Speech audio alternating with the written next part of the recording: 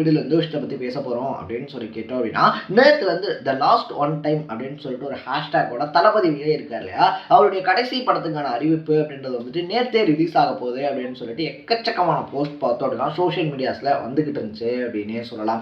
எப்பயுமே பார்த்தோம் அப்படின்னா தளபதி விஜய் இருக்கார் இல்லையா, ஒரு படம் நடிச்சு முடிச்சு அது ரிலீஸ் ஆனதுக்கு அப்புறமா பார்த்தோம் அப்படின்னா அவருடைய அடுத்த படம் என்ன அப்படின்னு சொல்லிட்டு அதை அனௌன்ஸ் பண்ணுவாங்க. அந்த படம் பாதி முடிஞ்சதுக்கு அப்புறமாவே பார்த்தோம் அப்படின்னா அடுத்த படத்தினுடைய டைரக்டர் இவர் தான் அப்படின்ற மாதிரி ஒரு அனௌன்ஸ்மெண்ட் அப்படின்றது விஜயனுடைய தரப்பு இருக்கு இல்லையா, அதுல இருந்து வந்துடும் அப்படின்னே சொல்லலாம். ஸோ ஒரு படம் ஆரம்பிச்சு பாதிக்கு மேல போனதுக்கு அப்புறமா தன்னுடைய படத்தினுடைய அடுத்த இயக்குனர் யாரு, என்ன மாதிரியான ஜேர்னல்ஸ்ல வரப்போகுது அப்படின்ற மாதிரி விஷயங்கள்லாம் கொஞ்சம் கொஞ்சமா வெளியே வரும். அதுதான் பார்த்தோம் அப்படின்னா விஜய் இருக்கார் இல்லையா, அவருடைய பாலிசியாவே வச்சிருந்தாரு. பட் எப்பயுமே விஜயனுடைய படத்தினுடைய அந்த அப்டேட்ஸ் அப்படின்றது வரும்போது கோலாகலமா கொண்டாடக்கூடிய ரசிகர்கள் பார்த்தோம் அப்படின்னா இந்த டைம் வந்திருக்கக்கூடிய அப்டேட் இருக்கு இல்லையா, அதை கொண்டாடுறதா இல்லை அந்த அப்டேட்டை பார்த்து வேதனைப்படுறதா அப்படின்னு சொல்லி தெரியாம எக்கச்சக்கமான மனக்குமுறல்ல இருக்காங்க.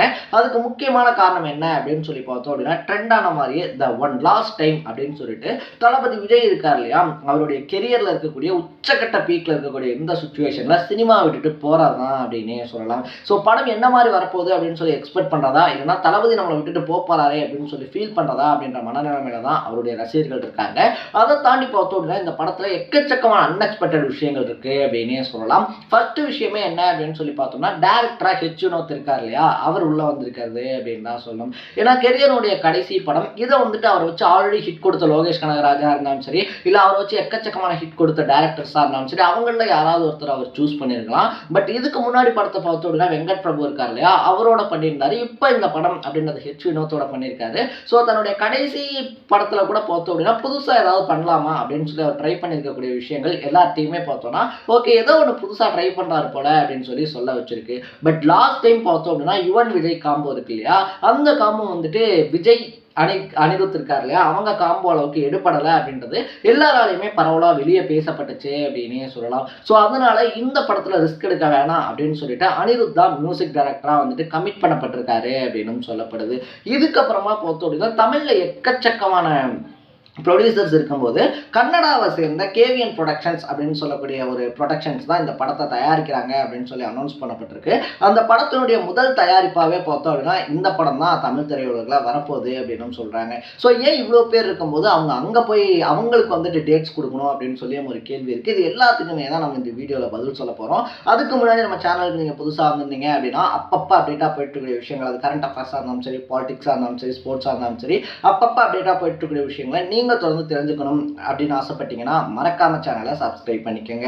First of all H Vinod இருக்கார் இல்லையா, அவரை பொறுத்த வரைக்குமே சதுரங்க வேட்டை, தீரன் அதிகாரம் ஒன்று, இந்த மாதிரியான படங்கள்லாம் வந்துட்டு தான் யாரு அப்படின்றத ப்ரூவ் பண்ண ஒரு டைரக்டர் அப்படின்னே சொல்லலாம். அதுக்கப்புறமா வந்த வலிமை இருக்கு இல்லையா, வலிமை மாதிரியான படங்கள்லையும் அவருடைய ஜோனர்ல நல்லா பண்ணியிருந்தாரு அப்படின்னு சொல்லி சொல்லப்படுது. பட் விஜயனுடைய படத்தை பத்தி சொல்லும் போது பார்த்தோம் அப்படின்னா நான் வந்துட்டு அரசியல் படம்லாம் எடுக்கல, பக்காவான ஒரு கமர்ஷியல் படம் அப்படின்றதான் எடுக்க போறேன் அப்படின்ற மாதிரி சொல்லியிருந்தாரு.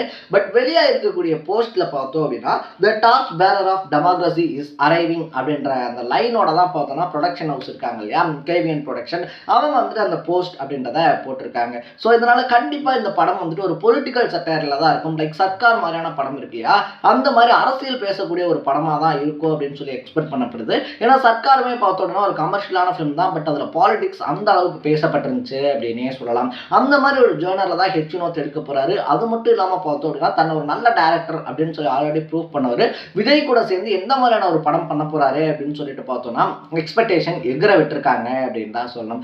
இதுக்கப்புறமா மியூசிக் அப்படின்றது வரும்போது பார்த்தோம் அப்படின்னா அணியை பத்தி சொல்லவே தேவையில்லை. கத்தியா இருந்தாலும் சரி, இல்லை அதை தாண்டி அவர் அடுத்தடுத்து பண்ண படங்களா இருந்தாலும் சரி, விஜய்க்கு அப்படின்னு சொல்லி வரும்போது அனிருத்தினுடைய பிஜிஎம்ஸா இருந்தாலும் சரி, சாங்ஸா இருந்தாலும் சரி, சூப்பர் டூப்பர் ஹிட் ஆகும் அப்படின்னே சொல்லலாம். ஏன்னா அந்த அளவுக்கு பார்த்தோம் அப்படின்னா பார்த்து அனிருத் வந்துட்டு பண்ணுவாரு. இன்னுமே சொல்ல போனோம்னா இன்னை வரைக்குமே பெஸ்ட் பிஜிஎம் அப்படின்னு சொல்லி பார்க்கும்போது விஜயனுடைய கேரியர்ல கத்தி இருக்கு இல்லையா, கத்திக்கு வந்துட்டு இன்னுமே பல பேர் அடிக்டடா இருக்காங்க அப்படின்னே சொல்லலாம். அது மட்டும் இல்லாமல் அந்த இன்ட்ரோக்கா இருந்தாலும் சரி, இல்லை மாசான பிஜிஎம்ஸ் கொடுக்கறதா இருந்தாலும் சரி, அனிருத்தை வந்துட்டு யாருமே அடிச்சுக்க முடியாது அப்படின்னு சொல்லி பேசப்படுது. இது அனிருத்தினுடைய எரா அப்படின்னு சொல்லி பல பேர் காது படமும் பேசப்பட்டுக்கிட்டு இருக்காங்க. அதனால இவருடைய கடைசி படத்துல பார்த்தோம் அப்படின்னா அனிருத் இருக்கார் இல்லையா, அவர் தான் வந்துட்டு மியூசிக் டைரக்டரா கம்போஸ் பண்ணப்பட்டிருக்காரு அப்படின்னே சொல்லலாம். படத்தினுடைய ரிலீஸ் டேட் என்ன அப்படின்னு சொல்லியும் அனௌன்ஸ் பண்ணி அந்த படம் வந்துட்டு அவங்களுடைய ஸ்டார்டிங் பாயிண்ட்டை ஆரம்பிக்கிறாங்க. சொல்லியிருக்காங்க. அக்டோபர் 25 2025 பார்த்தோம் அப்படின்னா இந்த படம் இருக்கு இல்லையா, அதாவது நெக்ஸ்ட் இயர் அக்டோபர் 25 வந்துட்டு இந்த படம் ரிலீஸ் ஆயிடும் அப்படின்னு சொல்லிட்டு ப்ரொடக்ஷன் சைட்ல இருந்து பார்த்தோம் அப்படின்னா அதிகாரப்பூர்வமா அனௌன்ஸ் பண்ணப்பட்டிருக்கு சொல்லலாம். ஸோ இது எல்லாத்தையுமே தாண்டி பார்த்தோம்னா கேவிஎன் ப்ரொடக்ஷன்ஸ் அப்படின்னு சொல்லக்கூடிய ஒரு ப்ரொடக்ஷன் தான் தளபதி விஜயனுடைய கடைசி படம் அப்படின்றத தயாரிக்கிறாங்க. ஸோ தமிழை பொறுத்த வரைக்குமே பார்த்தோம் அப்படின்னா லாஸ்ட் ரீசன்ட் டைம்ஸ்ல தளபதி விஜய் இருக்கார் இல்லையா, அவருடைய திரைப்படங்களை பொறுத்த வரைக்குமே செவன் ஸ்கிரீன் வந்துட்டு ப்ரொடியூஸ் பண்ணாங்க. அதுக்கப்புறமா பார்த்தோம் அப்படின்னா ஏபிஎஸ் இருக்காங்க இல்லையா, அவங்க வந்துட்டு ப்ரொடியூஸ் அப்படின்றது வந்துட்டு பண்ணிக்கிட்டு இருக்காங்க அப்படின்னு தான் சொல்லணும். பட் எக்கச்சக்கமான தமிழ்ல பார்த்தோம் அப்படின்னா எக்கச்சக்கமான ப்ரொடியூசர்ஸ் இருக்கும்போது ஏன் இந்த வந்துட்டு கர்நாடகாவை சேர்ந்து அதுவும் பெங்களூரை சேர்ந்த ஒரு நிறுவனத்துக்கு வந்துட்டு கொடுக்கணும் அப்படின்னு சொல்லி பார்க்கும்போது தளபதி விஜய் இருக்கார் இல்லையா, அவருடைய சம்பளம் இந்த படத்துல கிட்டத்தட்ட 275 கோடி ரூபாய் அப்படின்னு வந்துட்டு சொல்றாங்க. இப்படி ஒரு சம்பளம் அப்படின்றத அவர் கேட்கப்பட்டிருக்கிறதாகவும் அந்த சம்பளத்தை கொடுக்கறதுக்கு அவங்க அக்செப்ட் பண்ணிக்கிட்டதாகவும் சொல்லப்படுது. ஸோ இந்த சம்பளத்தை அவர் வாங்குற பட்சத்தில் பார்த்தோம் அப்படின்னா தென்னிந்திய நடிகர்கள்லயே அதிக சம்பளம் அப்படின்றத வாங்கின நடிகர் அப்படின்ற பேர் விஜய்க்கு கிடைக்கும் அப்படின்னு சொல்றாங்க. ஸோ இது 100% வந்துட்டு உண்மையா பொய்யா அப்படின்றதெல்லாம் வந்துட்டு நம்ம சொல்ல முடியாது. ஏன்னா இது வந்துட்டு கிடைச்ச தகவல்கள் அப்படின்னே சொல்லலாம். லாஸ்ட் படத்துக்கே பார்த்தோம் அப்படின்னா கிட்டத்தட்ட 200 கோடி ரூபாய் வந்துட்டு விஜய் இருக்கார் இல்லையா, அவருடைய சேலரி 200 கோடி ரூபாய் அப்படின்ற மாதிரி அர்ச்சனா கல்பாத்தி டைரக்டாவே வந்துட்டு ஒரு இன்டர்வியூல பேசியிருந்தாங்க அப்படின்னே சொல்லலாம். விஜய் சாரோட வந்துட்டு 200 கோடி ரூபாய் சேலரி, அது இல்லாமல் ஒரு 200 crores போட்டு பார்த்தோம் அப்படின்னா கிட்டத்தட்ட ஒரு 400 crores இதுக்குள்ள பிசினஸ் இருக்கு அப்படின்னு சொல்லி பல இன்டர்வியூஸ்லையுமே பார்த்தோம் அப்படின்னா ப்ரொடக்ஷன் சைட்ல இருந்து அவருடைய சம்பளம் 200 கோடி ரூபாய் அப்படின்னு சொல்லி பேசப்பட்டுச்சு. அந்த படத்துக்கு அவர் கிட்டத்தட்ட 230 இருந்து 250 கோடி ரூபாய் வரைக்கும் சம்பளமா வாங்கியிருக்காரு அப்படின்னு சொல்றாங்க. ஸோ கடைசி படம் அப்படின்றதுனாலையும் அது மட்டும் இல்லாமல் எக்கச்சக்கமான எக்ஸ்பெக்டேஷன் இருக்கிறதுனாலையும் அவருடைய கடைசி படத்துக்கு பார்த்தோம் அப்படின்னா 275 கோடி ரூபாய் சம்பளமா பேசப்பட்டுச்சு. அதை கேவிஎன் ப்ரொடக்ஷன்ஸ் இருக்காங்க இல்லையா, அவங்க அக்செப்ட் பண்ணிக்கிட்டதுனாலதான் அவங்களுக்கு இந்த வாய்ப்பு போயிருக்கு அப்படின்னு சொல்றாங்க. இது வந்துட்டு கிடைச்ச ஒரு தகவல், எந்த அளவுக்கு உண்மை அப்படின்றதெல்லாம் நமக்கு தெரியாது. பட் யார் இந்த கேவிஎன் ப்ரொடக்ஷன்ஸ் அப்படின்னு சொல்லி தேடி பார்க்கும்போது பார்த்தோம் அப்படின்னா பெங்களூர் இருக்கு இல்லையா, பெங்களூர் தான் வந்துட்டு பார்த்தோம் அப்படின்னா அவங்க தலைமையிடம் அந்த மாதிரி வந்துட்டு வச்சிருக்காங்க. இவங்களை பொறுத்த வரைக்குமே ஃபேமஸான படங்களா ஒன்று ஆர்ஆர்ஆ இருந்தாலும் சரி, இல்லை அனிமலா இருந்தாலும் சரி, சீதாராமமா இருந்தாலும் சரி, இந்த மாதிரியான படங்கள் இருக்கு இல்லையா, இந்த படங்கள் எல்லாத்தினுடைய கன்னட ரிலீஸ் அப்படின்றத வந்துட்டு அவங்க வாங்கி அவங்க வந்துட்டு கன்னட மூவில, அதாவது கன்னட மொழியில கன்னடாவில் இருக்கக்கூடிய தியேட்டர்ஸ் இருக்கு இல்லையா, அங்கே இருக்கக்கூடிய தேட்டர்ஸில் வந்துட்டு டிஸ்ட்ரிபியூட் பண்ண டிஸ்ட்ரிபியூட்டர்ஸ் அப்படின்னு வந்துட்டு சொல்கிறாங்க. ஸோ அதனுடைய ஓனராக வந்துட்டு வெங்கட் கே நாராயணன், நிஷா வெங்கட் கோனங்கி அப்படின்னு சொல்லக்கூடிய 2 பேர் இருக்காங்க அப்படின்னு சொல்லப்படுது. ஆரம்பத்தில் சின்ன சின்ன பட்ஜெட் படங்கள் அப்படின்றது அவங்க தயாரிச்சிருக்காங்க அப்படின்னு சொல்லப்பட்டாலும் இந்த மாதிரி வந்துட்டு அதர் லாங்குவேஜஸில் வரக்கூடிய சூப்பர் டூப்பர் மூவிஸ் இருக்கு இல்லையா, அந்த மூவிஸினுடைய டிஸ்ட்ரிபியூஷன் அப்படின்றத வாங்கி அங்கே, அதுவும் பெங்களூர் கர்நாடகா இருக்கு இல்லையா, அங்கே வந்துட்டு தனக்குன்னு சொல்லிட்டு ஒரு செட் ஆஃப் ஒரு பிஸ்னஸே வந்துட்டு அவங்க ரன் பண்ணிக்கிட்டு இருக்காங்க அப்படின்னு சொல்கிறாங்க. ஸோ அவங்களுடைய ஃபர்ஸ்ட் தமிழ் ப்ரொடக்ஷனே பார்த்தோம் அப்படின்னா தளபதியோட கை கோர்த்திருக்கிறதுனால அவங்க அடுத்தடுத்து பெரிய படங்களும் தமிழ் இண்டஸ்ட்ரியில பண்ணுவாங்க அப்படின்னு சொல்லி எக்ஸ்பெக்ட் பண்ணப்படுது. ஸோ இந்த காம்போவே பார்த்தோம் அப்படின்னா ஒரு அல்டிமேட் காம்போவா இருக்கு. ஒரு பக்கத்துல ஹெச் வினோத், இன்னொரு பக்கத்துல அனிருத், நம்ம தளபதி அப்படின்னு சொல்லிட்டு பார்த்தோம்னா மூணுமே வெவ்வேறு டைரக்ஷன்ல இருக்கிறதுனால வந்துட்டு கண்டிப்பா ஒரு புதுவிதமான முயற்சியா படம் இருக்கும் அப்படின்னு சொல்லியும் பேசப்படுது.